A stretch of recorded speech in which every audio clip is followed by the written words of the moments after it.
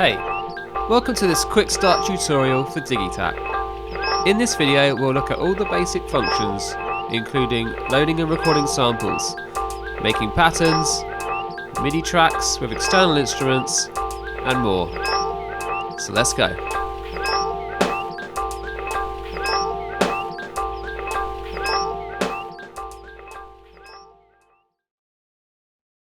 Okay, so the first thing you'll want to do is create a new project. To do this, you go into the settings page by pressing the settings button. You're then going to press select project and press yes. Then you're going to select load project and press yes on that. And then you want to scroll down past any current saved projects you've got and go to create new, press yes.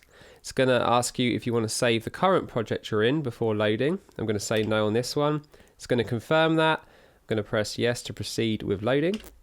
It's going to say initializing project, and then when it's done it will say success. Now if we press no a couple of times we can get back to the start screen, and now what you should have is a starting project, and this will load up some default samples and you can hear them here, but there'll be no patterns in here or anything. Okay, so now I'm going to explain the sample buttons versus the MIDI tracks. So all of our samples are stored in buttons 1 to 8, these are these ones, and they've already got some default samples in there. And underneath you'll see buttons 9 to 16, and these are our MIDI tracks. You can see underneath each button it has a label like kick, snare, tom, etc. This is more of a suggestion, as any sample you want can be loaded into any of these tracks. As we can see under buttons 9 to 16, it shows what MIDI track it is.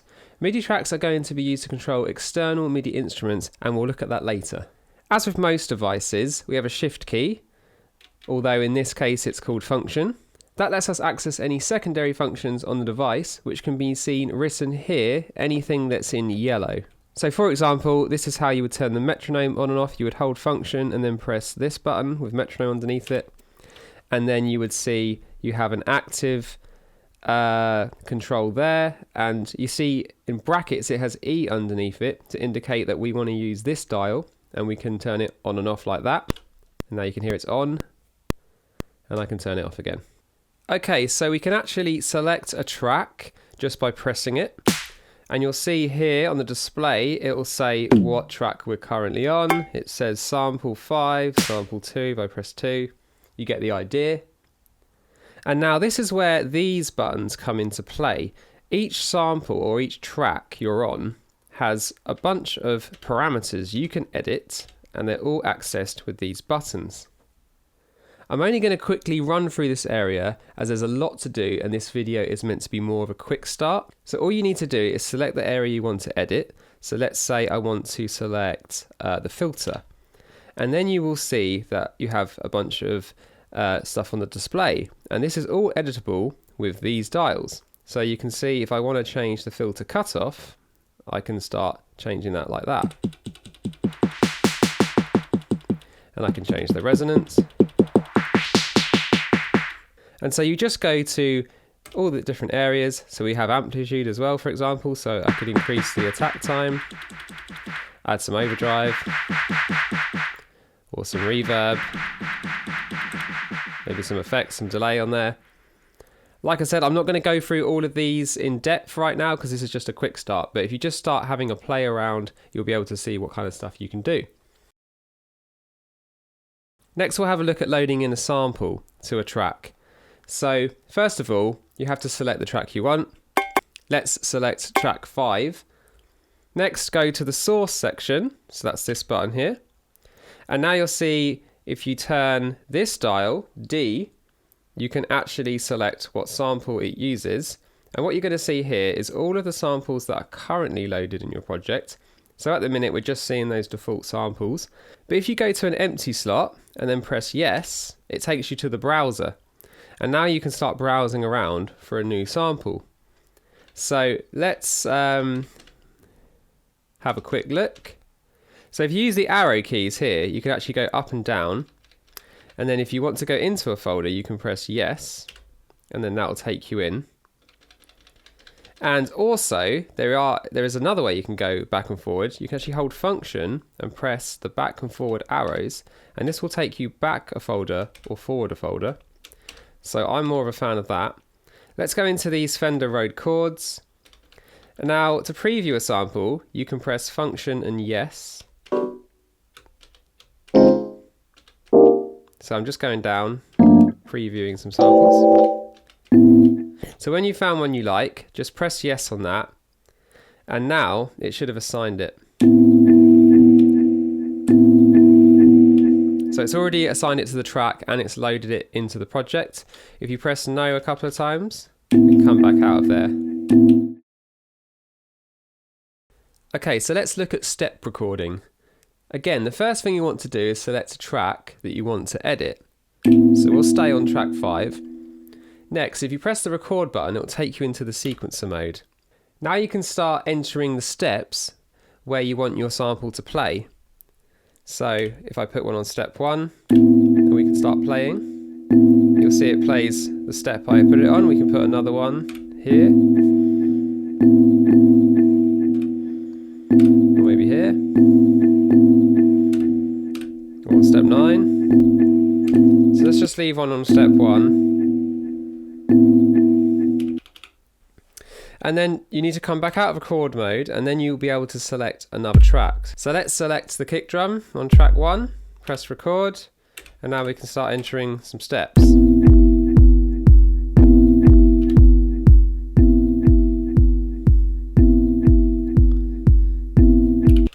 now I'm just going to adjust the tempo, so that's here.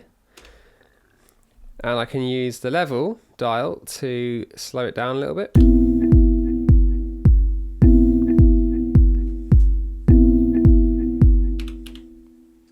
So at the minute we're only using one page of the sequencer, and these are the pages here. If you want to add more pages, you can press Function and Page, and then we can see at the minute we've got 16 pattern length. If we hit page, it will double it to 32, and we can go all the way up to 64. Let's just have 32. I'm going to press no a couple of times to come back out, and what you'll find now is that you'll see it go into the next page, and then it will loop round again to page 1. And what you'll also notice is that it's copied page 1 to page 2, and that's quite useful because usually you just want to repeat, but then you want to make a slight edit. So then I can use the page selector now in step mode. So if I go back into the kick drum, for example, I can see I'm on page 1. I can hit page, this is page 2, and I could make a slight edit to page 2. Then if we play, and you can see I've got a slight little variation now. Okay, so let's look at live recording now. So to live record, we have to hold record first and then press play. And you'll see the record button is flashing now. And then I'm just free to play any sample I want. So I'll play the snare.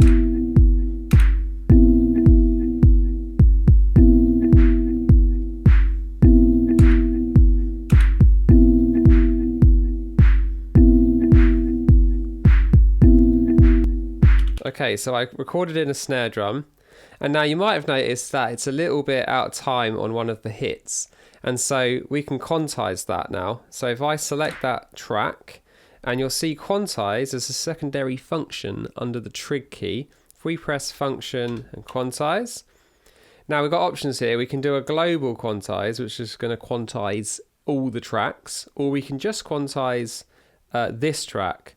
And the way you do it is you just turn up the dial, and if you turn it to the max, you'll be fully quantized. You can actually half quantize it if you want to go like halfway. Basically it's got the MIDI value of 127, but let's fully quantize it.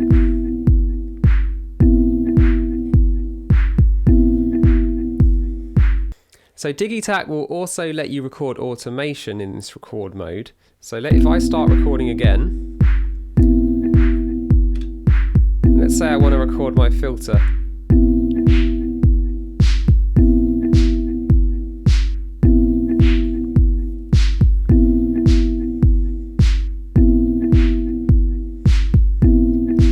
And you can hear it starting to record those movements I did.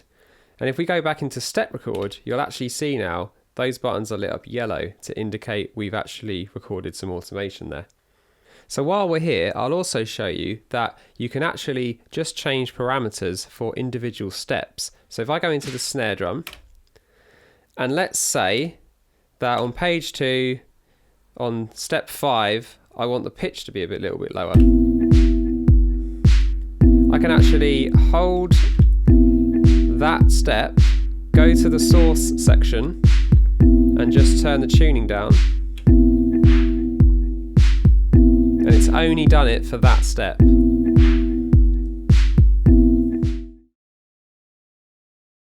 Okay, so I've connected the Volca beats into the Digitakt and we're going to record or sample it in. So the first thing we need to do is put it into sampling mode by pressing this button here that has direct written underneath it. So now we see we're in the recorder and we can see an input level. Now dial H you'll see is monitor, so we want to monitor it. So we'll set that to yes. And if I play the Volca beats, now we can hear it. And so what we'll want to do is look at our input source. Now I'm coming in on input left and right, and you can see those are plugged in. So if I turn G, I can select left and right as my input. And the last thing I want to edit is the threshold. And you'll see as I move this, you can see the little indicator on the level. This is basically what it's going to record. Like anything over that threshold is going to trigger the recording. So if you look in the middle, it will say function plus yes is record. Okay, so we're going to record. And you can see it's now recording. And you'll also see it says yes to stop. So we'll press yes. Cool. I'm going to stop the Volca beats from playing. And so at this point, we can actually trim our sample. And if you look on the screen, it will say A is trim start and C is the trim end. And you've also got B and D to zoom. So essentially these two dials are going to do the beginning. And you can see if I zoom out, I can start cropping the sample to where I want it. And I can do the same for the end. Okay. And then you can preview by pressing function yes. So I want that kick drum to be my start. So I'm going to get there as close as I can. And then I'm going to zoom so I can get a bit more accuracy. So I get right up to there. And then let's just preview. Yeah, that's fine. And then if you press yes, it will commit that. And it's just trimmed it.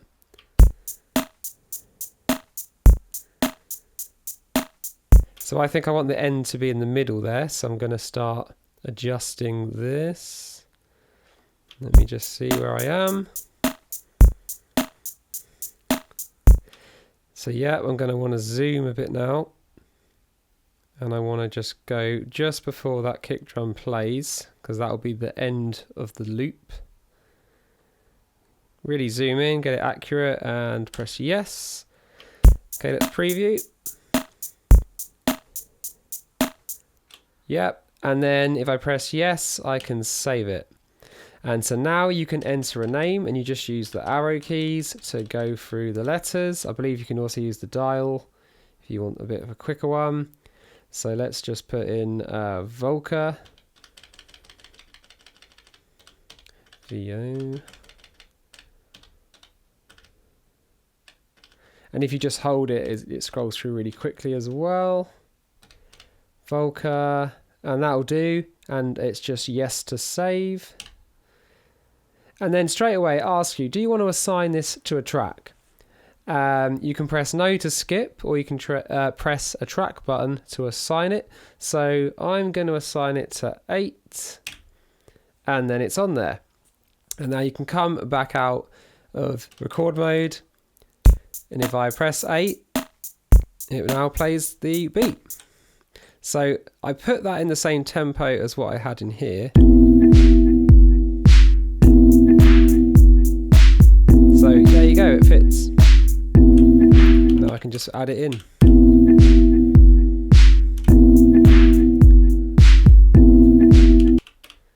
And what it's done straight away is it's put an amp envelope on my beat, so it kind of fades out. So I just need to adjust that to make sure it plays the whole sample. And it only comes in on bar 2. It's actually 2 bars long anyway, so it is looping over. And that's how you sample in. And that sample will be stored on the storage of the device, so you can actually use it in other tracks if you wanted to. So finally, we'll look at how we can connect an external instrument and sequence it over MIDI. And for this, we're going to create a bass line using the Volca bass. So you need to take a MIDI cable and you need to connect it from the Digitakt out to the input MIDI port on whatever device you're using. And you want to set the MIDI channel, or you want to check what MIDI channel your external device is using. In most cases, it will probably be channel 1, but if it's not working, just check that. If you want to know more about MIDI, check out my tutorial. Okay, so once your MIDI cable is connected, you're going to want to select a MIDI track. And if you remember, these are 9 to 16. So let's choose the first one.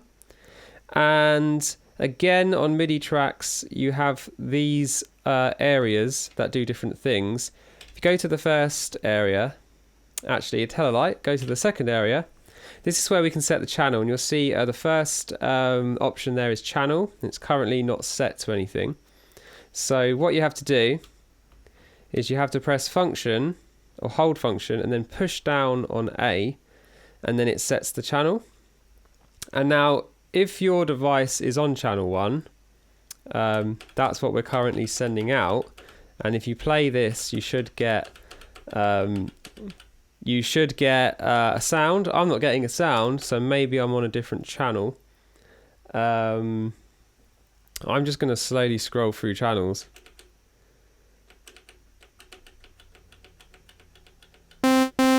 Okay, there you go. For some reason, my Volca bass is on channel 14. I think I was doing something weird with it before. But yours might be on 1, it might be on one of them, but you can easily just scroll through and see if that's the problem.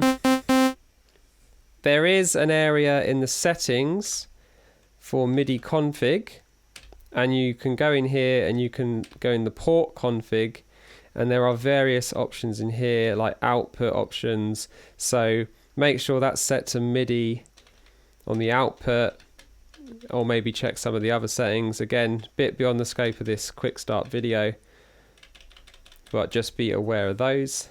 So now you're controlling your external instrument. If you're using a synthesizer or a bass synthesizer like me, you're probably going to want to go into keyboard mode, so you can actually play different notes. So the way you do that is you hold function and track, because if you look under track, it says chromatic. And now that gives us a keyboard. And you can change octave by using the arrows, because you can see it says octave underneath. Okay, so if I play my track now, and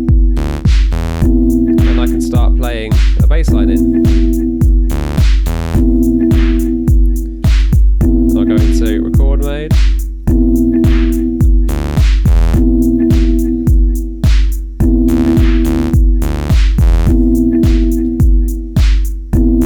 And now you can start messing with your Volca bass.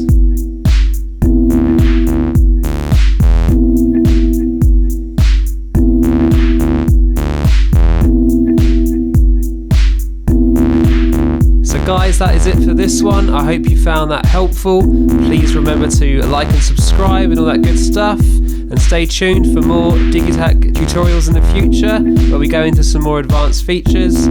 For now, I'll see you later and enjoy.